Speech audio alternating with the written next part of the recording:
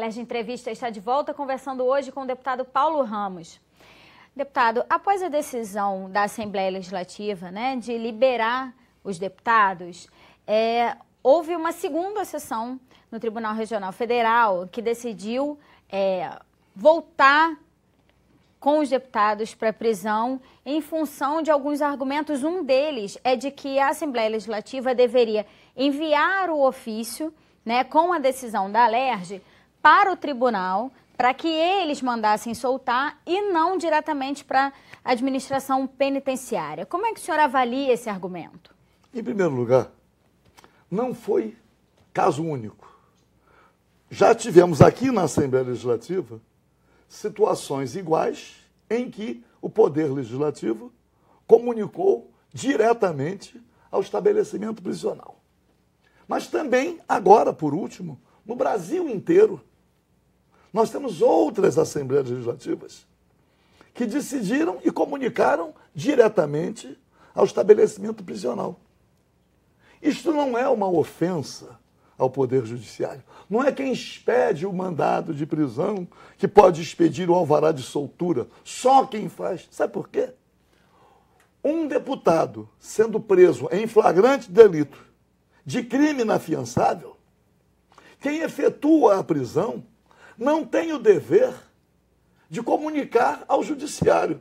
Tem o dever de comunicar ao Poder Legislativo. E o Poder Legislativo decide, sem sequer a participação do Poder Judiciário.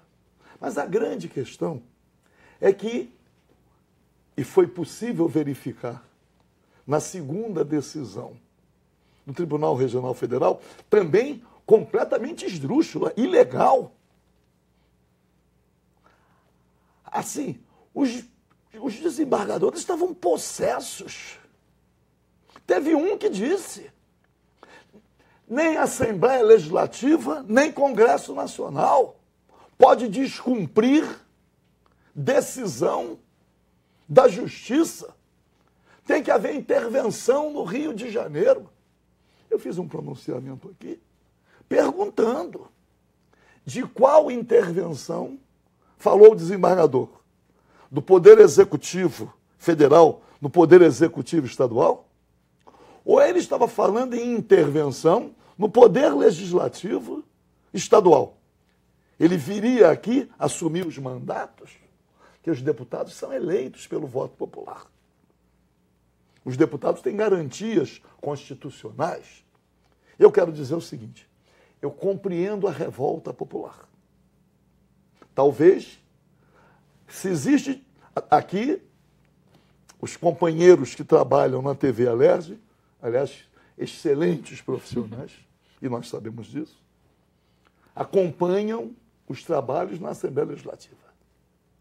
E eu posso dizer em causa própria, sou dedicadíssimo defendendo os direitos dos servidores públicos, defendendo os serviços públicos, defendendo as empresas públicas, a SEDAI. Então, não tenho dúvidas quanto a isso. E compreendo a revolta. É duro ficar sem receber pagamento. É duro verificar que não tem condições de vida e nem condições de trabalho. É o Estado mínimo que está aí. A privatização de tudo, terceirização. Temos lutado contra isto. Muito bem. Mas, ou nós cumprimos a Constituição, ou não há salvação. Porque, na minha avaliação, está em curso um golpe no nosso país. Nós temos que resistir, de acordo com as nossas convicções, à imposição do modelo liberal, ao Estado mínimo, às privatizações, ao fim da soberania nossa. Petrobras, Eletrobras, Casa da Moeda, aqui no Rio, SEDAI, estamos resistindo a isso. Temos que resistir, mas temos que garantir o Estado democrático de direito que está correndo risco. Temos que garantir as eleições de 2018, que existe ameaça, e ameaças claras. Em relação até a essa ameaça, deputado, a União Nacional dos Legislativos Estaduais pediu, né, que o Supremo Tribunal Federal se posicione, né, em relação a isso, sobre essa repercussão nas assembleias legislativas, justamente por causa dessa insegurança, né, sobre o que pode acontecer. Eu tenho que dizer, com responsabilidade, que os deputados estão presos arbitrariamente. A Constituição está sendo afrontada. Nós não estamos respeitando uma decisão do Poder Judiciário. Nós sucumbimos a uma arbitrariedade praticada pelo Tribunal Regional Federal. E aqueles que estão solidários ao que está acontecendo no exercício do mandato, amanhã poderão igualmente ser alcançados. Então, tudo bem. A União Nacional dos Legislativos, porque essa questão não é só da Assembleia Legislativa do Estado do Rio de Janeiro. Quando a UNALI resolve assumir, e estamos concluindo que vai assumir, é por quê? Porque a UNALI, que é uma entidade plural, está defendendo a democracia, o Estado Democrático de Direito, a Constituição. Então, é duro verificar, e eu compreendo, não é? Porque diz assim, já me perguntaram na rua, mas a Constituição está sendo cumprida para os deputados? É cumprida para os ricos? Nós temos aí população pobre, favelada, tudo sendo vítima de arbitrariedades. Mas arbitrariedades de quem? Do Poder Judiciário. Mais de 40% no Rio de Janeiro da população carcerária são presos provisórios. E a Constituição diz o quê? Ninguém será considerado culpado até o trânsito em julgado da sentença condenatória. Mais de 40%. Às vezes, e são muitos os casos, fica provisoriamente preso, sem julgamento, e quando vem a sentença, é por tempo menor do que o tempo já cumprido. Eu vou usar uma expressão para mandar um recado, não é isso? Aos nossos desembargadores do Tribunal Regional Federal. Cada macaco no seu galho. Conviver com a democracia, conviver com o Estado Democrático de Direito, consiste em respeitar e fazer respeitar, a começar pela Constituição, que é a mãe de todas as leis. Eu digo orgulhosamente, não tenho dúvidas sobre o meu voto aqui. Eu tenho lá, quem pegar qualquer Constituição, pegue lá o nome de todos os constituintes. Vai encontrar lá Paulo Ramos. Aquele Paulo Ramos que está lá é o Paulo Sérgio Ramos Barbosa, filho da dona Dope do seu Teninho, lá do conjunto do IAPI de Realengo, para dizer o seguinte, não tenho dúvidas, lamento muito a situação vivida pelos nossos servidores, na precarização dos serviços públicos e com os direitos completamente violentados. Mas não é possível.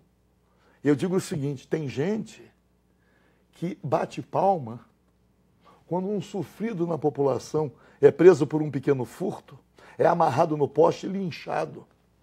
Tem racistas que entendem que os negros podem ser violentados, homofóbicos querendo cremar gays, lésbicas, etc. As religiões dos afrodescendentes, tudo está protegido pela Constituição. Então, se aceita o descumprimento de um dispositivo constitucional para surfar com a opinião pública, perde a autoridade para defender a Constituição como um todo. Então, lamento muito até.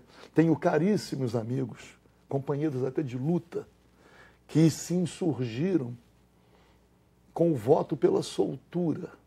Mas o voto pela soltura está estabelecido na Constituição. E reitero, mesmo que a prisão fosse legal. Não foi. E a segunda prisão piorou. Porque se a Casa Legislativa errou encaminhando diretamente ao estabelecimento prisional, o que é que os presos têm a ver com isso? O erro não foi deles. Eles estavam lá. Determinou a prisão, me apresentei. Veio a soltura, saí. Poderia ter havido um acordo. Olha, das próximas vezes, vamos ter um entendimento tem de que mandar a decisão para simultaneamente. Não tem que mandar para submeter a nova apreciação. Não. Para comunicar. Comunicar respeitosamente. Olha, estamos comunicando que mandamos agora a determinação para soltura. Isso tem que ser acolhido com tranquilidade. Pode até não gostar, mas tem que ser acolhido. Por que é que um juiz de primeira instância não se manifesta contrariado publicamente quando a segunda instância revoga uma decisão sua? Então, a instância competente para decidir essa questão é o Legislativo. Legislativo Federal, deputados e senadores, lá em Brasília, deputados distritais, e no país inteiro, hoje, deputados estaduais. Se alguém quiser, que mude a Constituição, que o Supremo Tribunal Federal, quando decidiu, por exemplo, que em segunda instância condenado já tem que cumprir a prisão, está rompendo com a Constituição, porque ninguém será considerado culpado até o trânsito em julgado da sentença condenatória. Está para rever isto. E a decisão que foi tomada, que ainda não foi tomada, os 7 votos já colhidos no Supremo Tribunal Federal para modificar a imunidade parlamentar, o foro para deputados e senadores, 7-1. O ministro Dias Toffoli pediu vistas. O que eles não estão dizendo e não estão assumindo é que o voto do ministro Barroso modificava o foro privilegiado só dos deputados e senadores. E o projeto que está na Câmara, agora, já a emenda constitucional, já aprovada no Senado, iguala todo mundo. Acaba com o foro privilegiado. Inclusive para o judiciário. Não. Legislativo, judiciário, ministros do Supremo, só o presidente. Todos os desembargadores federais, todos os juízes federais, todos os desembargadores estaduais, todos os juízes estaduais, todos os membros, todos os procuradores da República, todos os procuradores de justiça e promotores nos estados. Todo mundo. E eu quero dizer, também em homenagem a mim mesmo. Eu, quando deputado federal, apresentei um projeto acabando com o foro privilegiado. Então, eu digo assim, às vezes, assim, autoridade para falar. Eu sou contra o foro privilegiado. Agora, a própria população cobra isso, né, deputado? Que todos sejam julgados da mesma forma? Tá bem. Mas, para que tal aconteça, é preciso que os instrumentos legislativos que têm essa competência modifiquem a Constituição. E aí não há mais o que se questionar, não né? Há mais, aí... Mudando a Constituição, não há mais o que se questionar. E o ministro Barroso deu o parecer dele, que já tinha sido acolhido por mais 6 ministros, compondo 7, exclusivamente em relação ao Legislativo. E o ministro Dias Toffoli, serenamente, quando pediu vista, porque tem que esperar, então, a conclusão da votação. No Congresso, né? E a própria decisão do Supremo, que não chegou a ser concluída, essa decisão criou uma parafernália de interpretação que ninguém sabe o que vai acontecer. Eu não sou criança. Criança que a gente finge que joga bala pela janela e fica com ela na mão. Mas a grande questão, e eu reitero, está em curso no Brasil um golpe. Um golpe que já aconteceu com parte do golpe, com o impeachment da presidente da República. Por quê? que as forças golpistas perderam 4 eleições sucessivas para presidente da República. Tudo indicando que perderão a próxima. Então, aproveitaram um argumento de pedaladas fiscais, derrubaram a presidente, assumiu o vice, que vem tentando e vem fazendo. Fez a reforma trabalhista, olha a confusão que está aí. Quer fazer a reforma da Previdência, prejudicando quem? Trabalhadores e servidores públicos.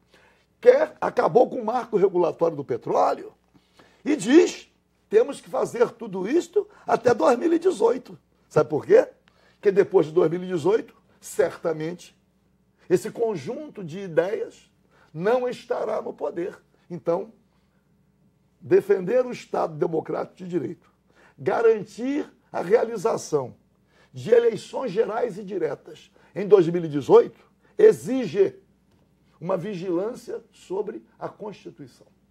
Manter a Constituição e a independência dos poderes, né, deputado? E vamos ver se a Unali entra com sua ação e vamos ver qual vai ser o resultado. Mas, de qualquer maneira, precisamos defender a legalidade. Deputado, infelizmente nosso programa está acabando. Queria agradecer mais uma vez. Muito obrigada pela sua participação. Eu só espero que os meus argumentos tenham sido esclarecedores, para que alguns desavisados não se deixem levar pelo massacre de um monopólio das comunicações, cujos interesses que esse monopólio patrocina são todos contrários aos interesses do nosso país e do nosso povo. Obrigada, deputado.